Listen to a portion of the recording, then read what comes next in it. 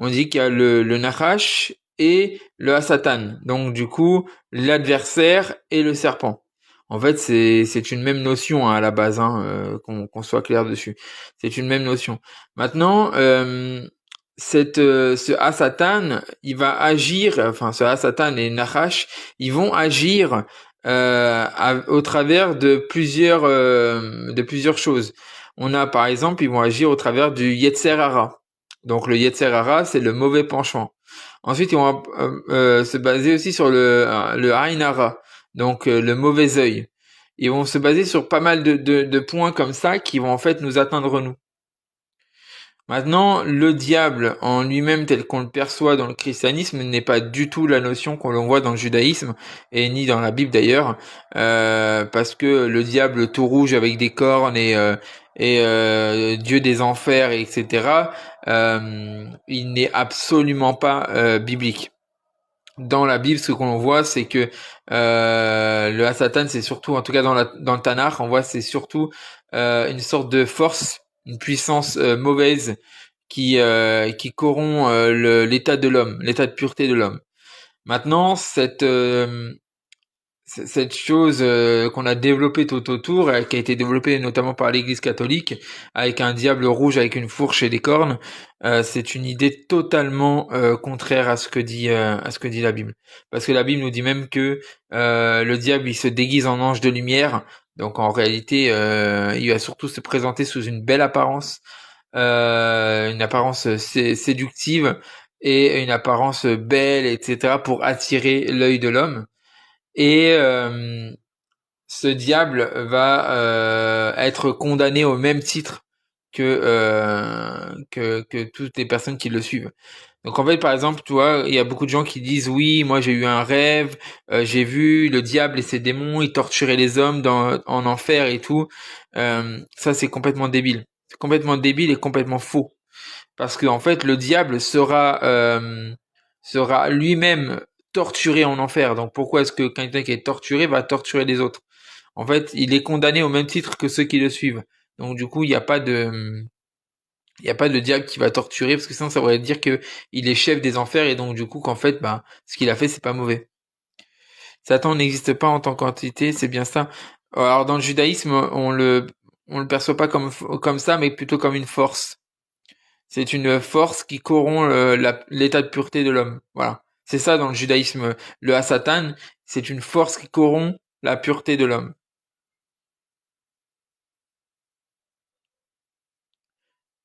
Maintenant, c'est pas loin de la vérité non plus. Sauf qu'en fait, nous, on sait que cette force-là, elle va s'incarner dans un homme. Ça s'appelle l'Antichrist. Mais à la base, c'est pas un être. En tout cas, les Juifs vont dire qu'en fait, si tu veux, euh, quand je dis de force, voilà, c'est ça que je veux dire. Quand je dis une force, l'histoire, comme tu dis, d'anges déchus, les anges sont considérés comme des forces. En fait, les anges, c'est pas ils ont pas une forme définie, d'accord? Donc à partir du moment où c'est pas une forme définie, c'est une force. C'est pas une personne, c'est une force. Et donc du coup, cette histoire d'ange déchu, d'ailleurs, elle vient du livre. Alors on voit dans Enoch, je crois, c'est dans Enoch que l'on voit particulièrement cette histoire d'ange déchu. Elle existe aussi dans certains passages de la Bible qu'on a aussi aujourd'hui, euh, qui est, je crois qu'à un moment donné, qui dit toi astre brillant, un truc comme ça. C'est dans les psaumes ou un truc comme ça.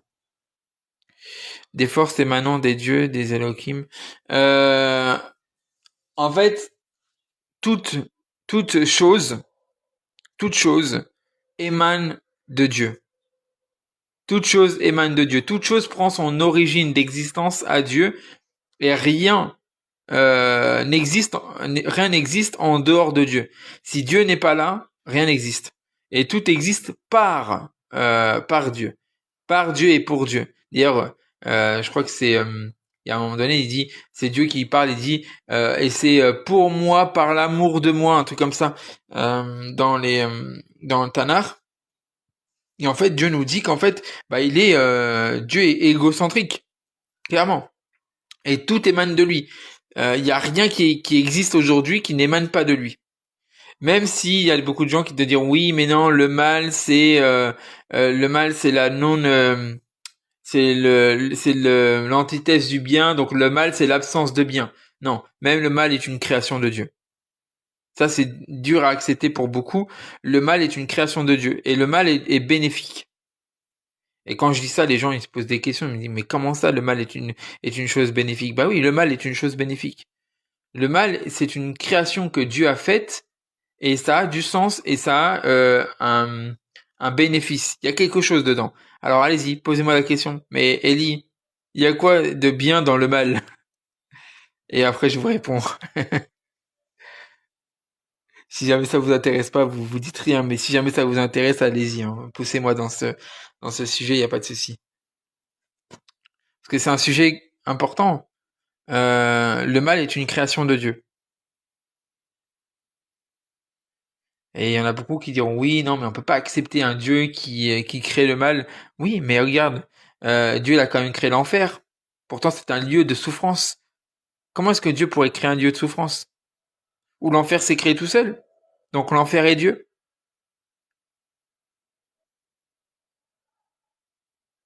Il faut comprendre ça, c'est important. Il faut comprendre que le mal même a une origine et que le mal a une utilité. Et ça, malheureusement, aujourd'hui, quand on a beaucoup de gens qui croient en un Dieu c'est un Dieu bisounours et qui aime tout le monde et voilà, plein de cœurs, plein de cœurs, plein de cœurs, bah là, voilà, on a du mal à leur faire comprendre que même le mal est une bonne chose au final. Maintenant, le mal est une bonne chose pour ceux qui sont avec Dieu, comme il est écrit, car toute chose concourt au bien de ceux qui aiment Dieu. Et quand on dit toute chose, on parle du bien et du mal. Toute chose concourt au bien de ceux qui aiment Dieu. Donc le mal est une création de Dieu. Et c'est une création de Dieu qui a un objectif, qui a un but. Et si on comprend pas que le mal a un objectif, dès qu'il va nous arriver quelque chose de mal, qu'est-ce qu'on va faire? Eh ben, on va dire oui, Dieu n'est pas avec moi, etc., etc. Sauf qu'en fait, justement, le mal, il a une utilité. En tout cas, il a plusieurs utilités, mais une de ses utilités, c'est d'aider l'homme à aller au-delà de ses limites. Le mal a pour objectif d'aider l'homme à aller au-delà de ses limites.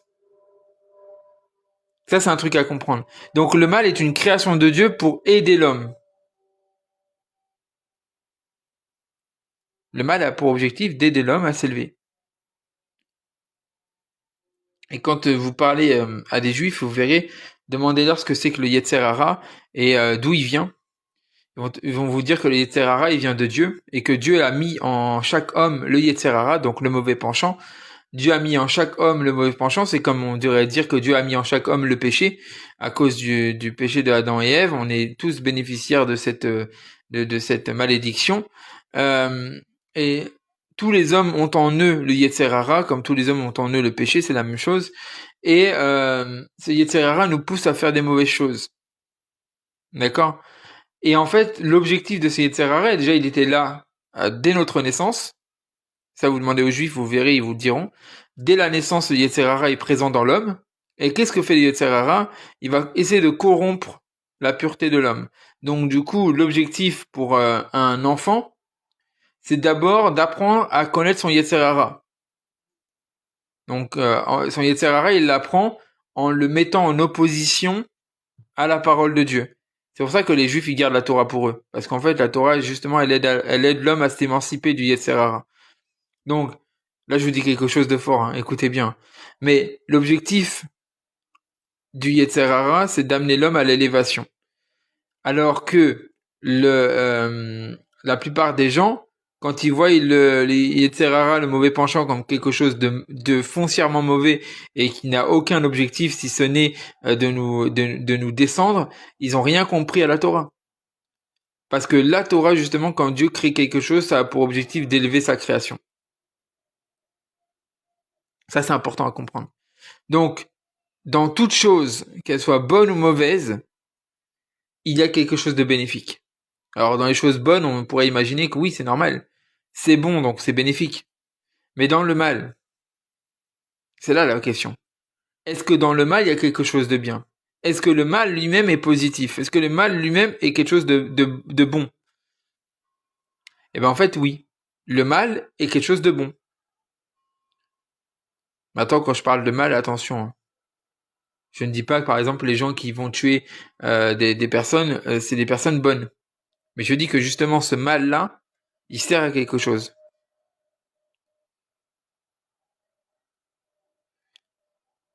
Eh ben justement, Harry Potter, je viens justement de répondre à ça. Colle le Tova. Mais quand je parle du mal, il s'agit pas de ce que nous faisons. Il s'agit de ce qui nous arrive. Quand il dit toute chose concourt au bien de ceux qui aiment Dieu, c'est forcément ce qui t'arrive, c'est pas ce que toi tu fais. Celui qui fait le mal, d'ailleurs Yeshua l'a dit, il faut qu'il y ait des scandales qui arrivent, mais malheur celui par lequel le scandale arrive. Donc Yeshua répond à cette question. Yeshua dit qu'il faut qu'il y ait des scandales. Pourquoi il faut qu'il y ait des scandales? Parce qu'en fait le scandale justement va apprendre à lever, va apprendre l'homme à s'élever. D'accord? L'objectif du scandale, c'est d'élever l'homme. Maintenant, cette, ce scandale-là, Yeshua, il dit malheur à celui par qui il arrive. Donc, à la fois, Dieu va permettre le scandale parce que c'est quelque chose de positif, mais à la fois, il va condamner celui par lequel il arrive. Donc, l'apprentissage de la Torah permet de dompter le Yetzer Hara et de passer au level. Oui, c'est ça, exactement, Harry Potter. L'objectif de la Torah, permet de dompter le Yetzer Hara de l'homme, donc permet de dompter son mauvais penchant et d'arriver à un état de proximité avec Dieu.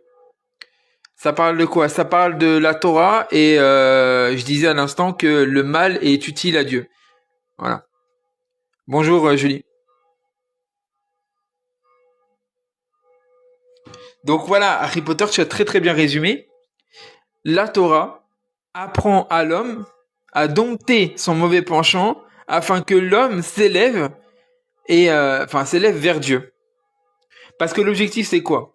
Il y a deux étapes de sanctification. Le Seigneur nous le dit. Je vous sanctifie. Et le Seigneur nous dit aussi sanctifiez-vous. Donc qui sanctifie? C'est Dieu qui sanctifie ou c'est nous qui nous sanctifions? Il y a les deux parties. Dieu nous sanctifie. Mais cette sanctification-là primaire, cette étincelle de sanctification, elle a pour objectif que l'homme prenne racine sur cette sanctification première afin de se sanctifier lui-même. Qu'est-ce que la sanctification? La sanctification, en fait, c'est le fait d'aller d'aller chercher la pureté devant Dieu. D'accord? D'aller chercher l'obéissance à Dieu. Parce que la sanctification, c'est se mettre à part. Se mettre à part de quoi? Du monde, forcément. Donc, Dieu va te sanctifier. Cette étape d'origine, elle va te donner une étincelle pour te rendre capable à toi de te sanctifier par la suite. Parce que ces deux notions-là, où Dieu nous sanctifie et nous nous sanctifions, elles sont les deux dans la Bible. Et moi, la question que je me suis posée, comme je vous l'ai posée, c'est qui sanctifie? Est-ce que c'est Dieu qui sanctifie ou est-ce que c'est nous qui nous sanctifions? Et en fait, lorsqu'on lit la Bible, on voit les deux. Il y a ces deux notions. À la fois Dieu qui sanctifie et à la fois nous qui nous sanctifions. Maintenant, comme je vous ai dit aussi, cette étincelle de sanctification, on va s'appuyer dessus. On va s'appuyer sur cette étincelle de sanctification pour arriver à nous sanctifier nous-mêmes. Parce que sans cette étape primaire de sanctification que nous, on a reçue de Dieu, comme il a dit, il nous a aimé le premier, sans cette étape de sanctification première, on n'est pas capable, nous, de nous sanctifier nous-mêmes. Mais dès lors que Dieu nous a sanctifiés, dire que Dieu nous retire du monde, à nous de ne pas retourner dans le monde et de garder une certaine proximité avec Dieu. Donc, si moi, par exemple, je vois que ta maison, elle est impure, elle est impropre, je te tire de ta maison, je te sors de ta maison, maintenant c'est à toi de faire le travail pour ne pas revenir dans ta maison, mais de rester dans la maison que je te donnerai en échange, qui est une maison pure, en gros. Donc, lorsque Dieu te tire du monde, ton travail de sanctification à toi, c'est de demeurer en dehors du monde. Et comment on demeure en dehors du monde? Eh ben, en travaillant sur l'observation des commandements de Dieu. Puisque finalement, le monde, c'est quoi? Le monde, c'est des règles, c'est des lois. Donc, dès lors que nous, on comprend que le monde, c'est des règles et c'est des lois, on doit avoir ces lois et ces règles aussi dans le royaume de Dieu. Chaque monde a ses règles, chaque monde a ses lois. Et le royaume de Dieu, il a ses règles et il a ses lois aussi. Donc la sanctification, c'est d'obéir au commandement de Dieu.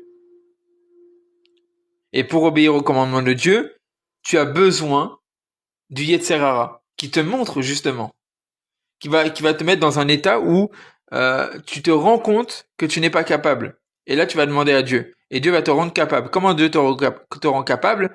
Lorsqu'on le voit dans Ézéchiel, Dieu il te rend capable avec son esprit. Il envoie son roi à Kodesh, donc à l'intérieur de toi, il te donne un cœur nouveau, un esprit nouveau, pour que tu obéisses à ses statuts, ses lois, ses commandements. D'accord? L'objectif du Saint-Esprit, c'est de te conduire à l'observation de la Torah. Et justement de brimer le Yetzirah qui est en toi, afin que tu ne sois pas... enfin, que tu ne chutes pas, en fait. Maintenant, c'est pas facile, hein, c'est un gros travail. Bon, ça va? J'espère que c'est pas trop compliqué. Je sais que ça peut l'être, hein, parfois.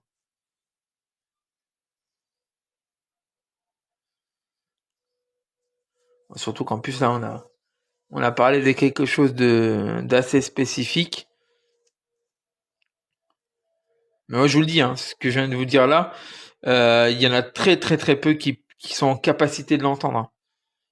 Parce qu'ils croient en un Dieu qui est bisounours. Ils croient en un Dieu qui aime tout le monde, qui est gentil, Dieu n'est pas gentil. Dieu, il est juste. Il n'a pas besoin d'être gentil. Sa gentillesse, tu la verras après sa justice.